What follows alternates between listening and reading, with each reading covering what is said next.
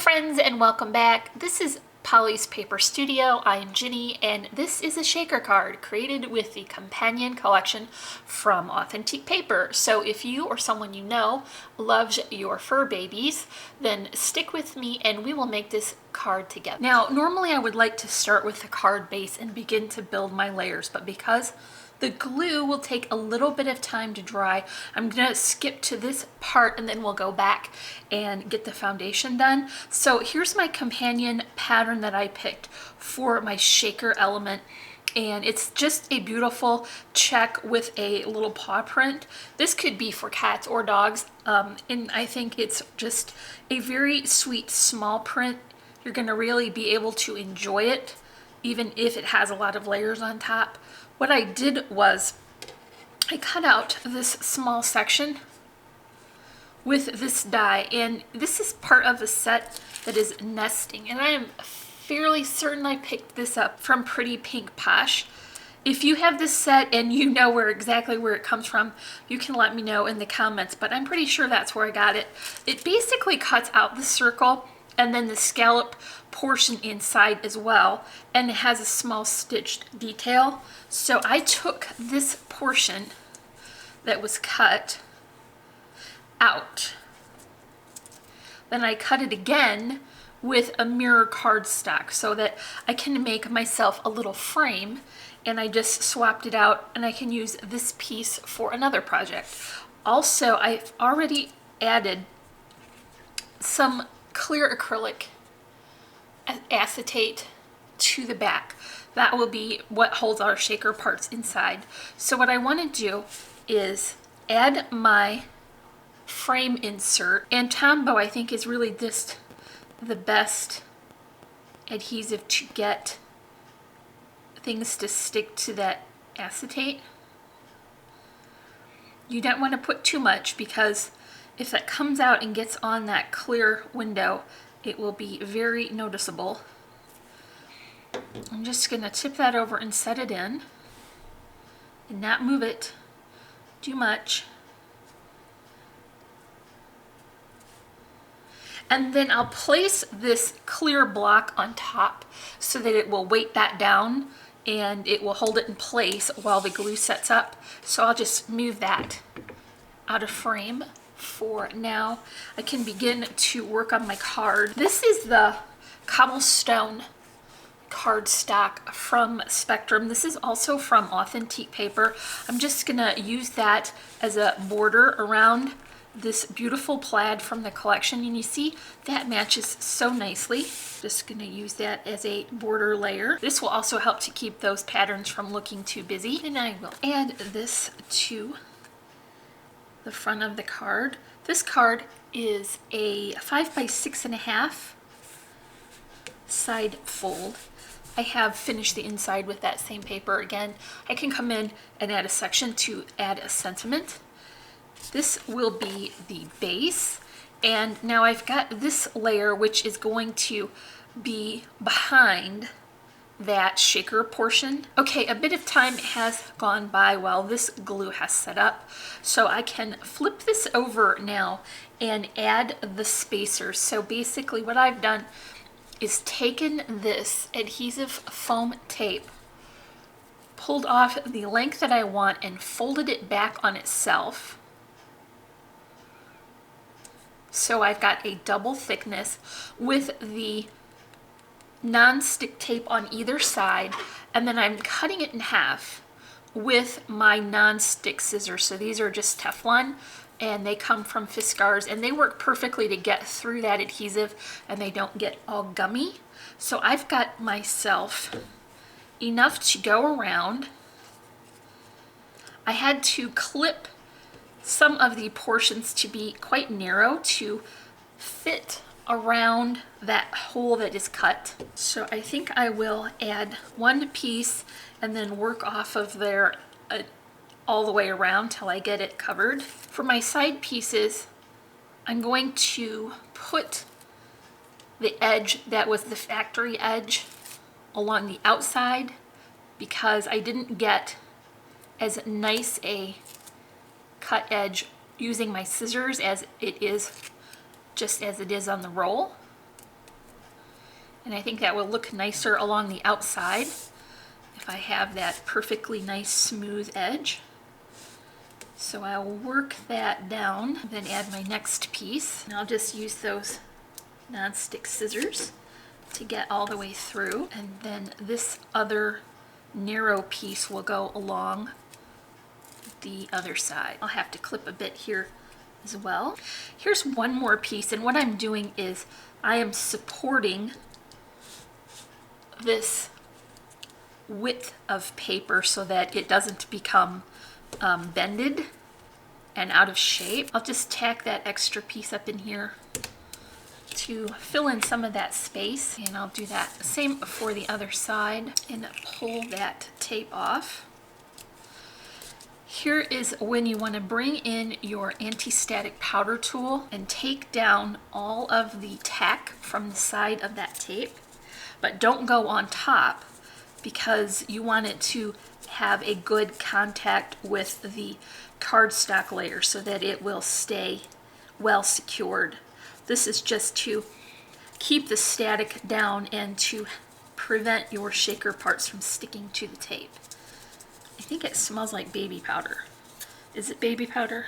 Somebody tell me that I spent a lot of money on a tool that's just baby powder. So now what I'll do is flip this over and judge where my window is going to be. That's where I want to add my sequins. I picked a couple of blue shades and this pretty gold. I think that coordinated very nicely with, what is that piece of cake doing in there? The colors on the pattern paper. You have to fight the temptation to not overfill your shaker. Otherwise, all the pieces get jammed up and they don't move.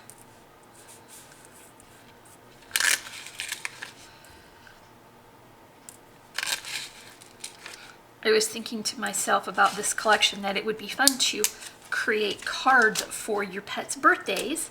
We don't currently celebrate our cats' birthdays because I honestly don't know when they were born. They were all from shelter. And one of them was a foster failure.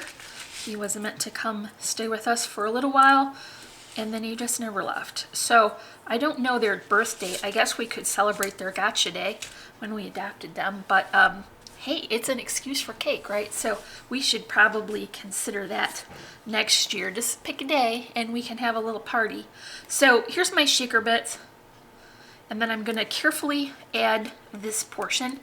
You don't get a second chance on this, so you have to be very careful. I'm going to mention also that I have only added enough border to show on one side because I'm going to offset this panel so that it isn't right in the middle. That will leave me room for my embellishments and flower layers. So I'm going to go ahead and turn it so that I can judge right to left and then have my edge all the way lined up along this side. Can you all hear Lily in the background now? I think she is agreeing with my new party plan. Okay, make sure that has a good contact and you can see all those pieces moving freely. I've got a little bit of that tape showing, but I'm going to add another embellishment layer, so I'm not concerned that that will show. So the next part is just going to be adding it to this card base, and I've got my double-sided adhesive already on. And like I said, I'm going to align that up all the way to the edge here. It's a very offset, non-centered panel. That's so different from me. I usually try to put everything right in the middle. So here is that whole shaker portion added to the card. You can see all of those pieces moving around. I pulled a journal tag from the collection and fussy cut around that, leaving a little border. This one was perfect because it had a white border all the way around, so I was able to get this to look like more of an ephemera piece rather than just a fussy cut image. This little guy is so charming. He has his little fuzzy friend and then I think it's a paper boy hat If I'm wrong, Newsboy? That sounds better. If I'm wrong about that, you can let me know in the comments if you know. I think it's Newsboy. It is so adorable, and I see a lot of people wearing these, and I would love to, but I just look so bad in a hat, and I'm so sad about that because this is really adorable. And this image is going to have to go up a little higher than normal because I went a little overboard on these flowers. So I'm going to have to position that a little bit higher than what I normally would.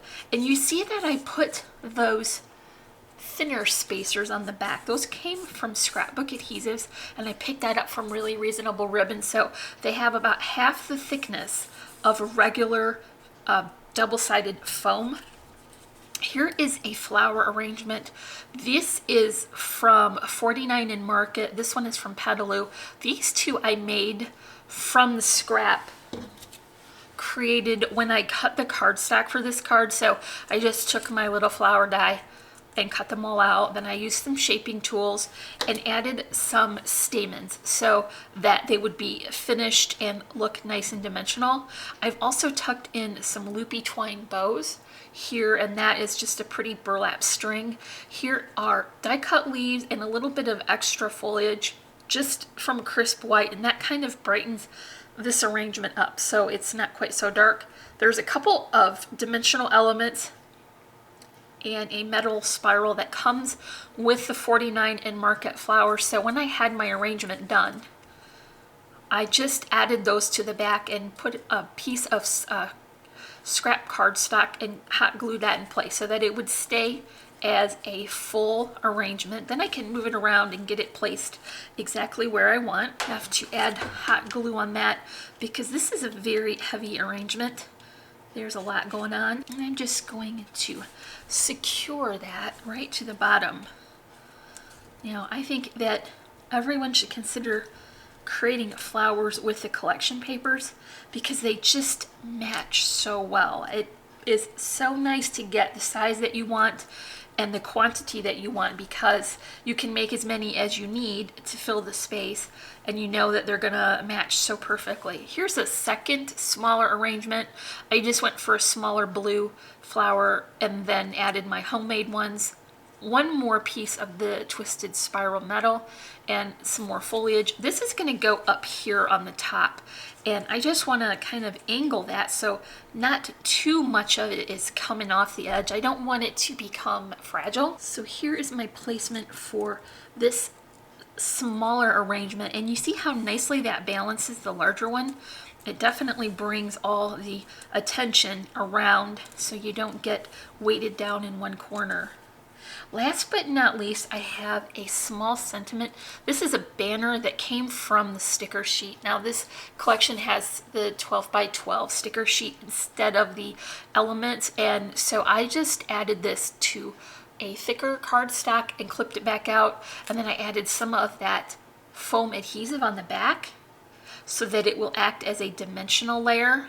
It will also give it a little bit more stability.